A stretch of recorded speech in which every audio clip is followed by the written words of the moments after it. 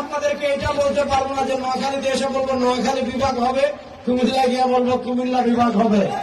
এই রাজনীতি আমরা করি না। বাকি আপনারা যদি চান নোয়াখালী বিভাগ হোক, আপনাদেরকে বলবো আলহাজ জহিরুল ইসলাম কাউসার ভাইকে ভোট দিয়ে সংসদে পাঠান। তিনি সংসদে প্রথমেই যে এজেন্ডা নিয়ে কথা বলবেন সেটা হলো নোয়াখালীকে বিভাগ দিতে হবে। দুই নম্বর যে কথা বলি, মালয়েশিয়া স্বাধীন হয়েছে আমাদের বাংলাদেশের পরে। আজকে বাংলাদেশ থেকে আমাদের এত ম্যান পাওয়ার, এত তারুণ্য, এত যুবক, আমাদের লক্ষ লক্ষ যুবক মুখিয়ে থাকে মালয়েশিয়া যাওয়ার জন্য। কেন তারা আমাদের পরে স্বাধীন হয়, তারা কেন এত দূরে অগ্রসর হয়েছে? কারণ একটাই, তাদের রাষ্ট্রের শুরু থেকে নিয়ে শেষ এ টু জেড তাদের রাষ্ট্রে কোনো দুর্নীতি নাই। আর আমাদের বাংলাদেশ আল্লাহ তারা এত কিছু দিয়েছেন। আল্লাহ আমাদেরকে সমুদ্র দিয়েছেন, আল্লাহ আমাদেরকে পাহাড় দিয়েছেন, আল্লাহ আমাদেরকে বৃষ্টি দিয়েছেন, আল্লাহ আমাদের জমিনকে তো উর্বর করেছেন।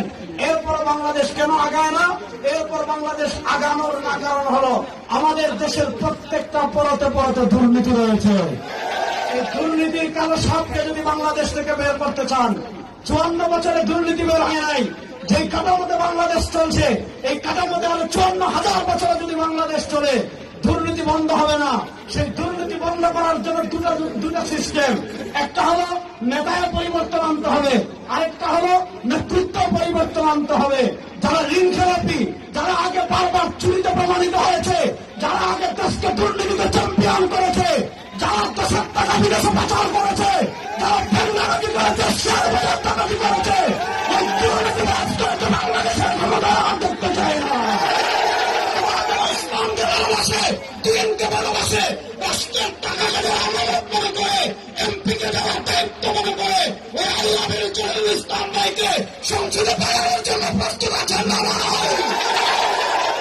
আমি আপনাদের সোনাইমুড়ি চাটখিলবাসীকে বলে যাই, বাংলাদেশে 2024 সালের বিপ্লবের পরও চাঁদাবাজি বন্ধ হয়েছে হয় নাই।